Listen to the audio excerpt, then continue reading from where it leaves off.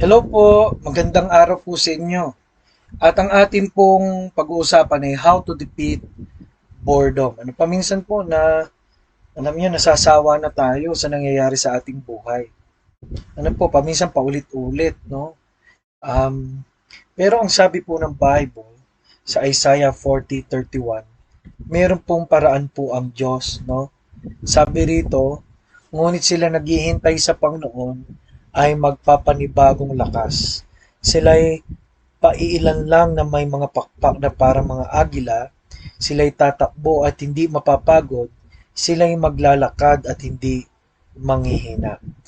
Alam niyo po yung sinabi ritong sila'y may panibagong lakas.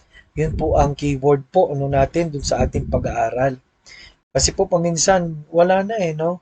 Stress out na tayo ay parang negative na doon sa ating ginagawa, wala na tayong tamang motivation.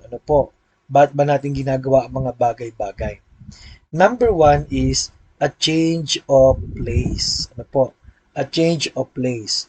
Kailangan po maunawaan natin ito. Psalms 122 verse 1, I was glad when they said unto me, let us go into the house of the Lord. Alam niyo po, there should be a change of workplace. Paminsan, pag laging nandun ka na sa lugar na yon ay parang boring na nga.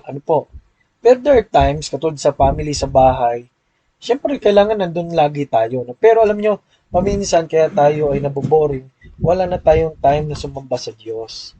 Wala tayong time makapag-fellowship sa mga kapwa Kristiyano.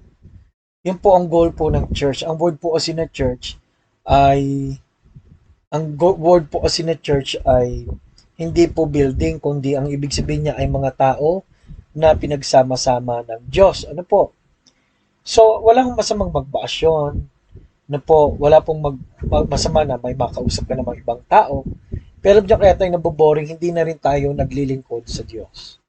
Pangatlo po, kaya tayo naboboring dahil wala tayong panibagong insight at pangarap na nagaling sa Panginoon. Ano po? And then next is a change of face. Ecclesiastes 8:1. A man's wisdom maketh his face to shine, and the boldness of his face shall be changed. Pag ang tao may wisdom, nagbabago raw ang mukha, no? Ibig sabihin, may idea siya, may panibago siyang pananaw. Wala hong masama na magpanibago tayong hairdo, magpanibago tayong kaisipan, Pero number one, may panibago dapat tayong pag-asa. Psalms 146 verse 5. Number two, may panibago dapat tayong kaisipan. Philippians 4:8. Pangatlo po, may panibago po tayong source of joy. Yan po ay ang Panginoon. Number three is a change of pace. Psalms 37 verse 23, the steps of a good man are ordered by the Lord. Ano ba yung pace? Yung mga hakbangin. At wala pong ibang nagbibigay ng tamang hakbangin at pacing kundi ang Panginoon. Gusto kasi natin paminsan sobrang bilis. Gusto kasi natin ura-urada. Paminsan po ay meron po mga obstacle katulad ng kalusugan. Binibigyan tayo paminsan ng Diyos ng sakit, para tayo ay magpahipahinga.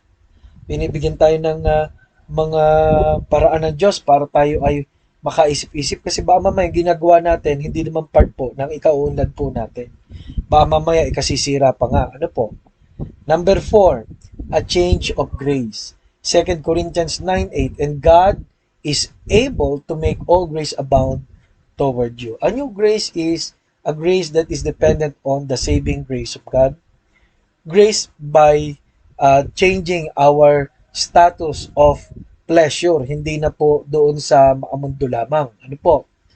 Pagtitiwala natin, iba na, hindi na sa pera kung ano-ano. Hindi na tayo dahil sa karumihan ng buhay o sa kung ano-ano, kundi sa liwanag at pag-ibig na ng Diyos. Kaya mga kapatid, a life that is boring doesn't mean it is always boring.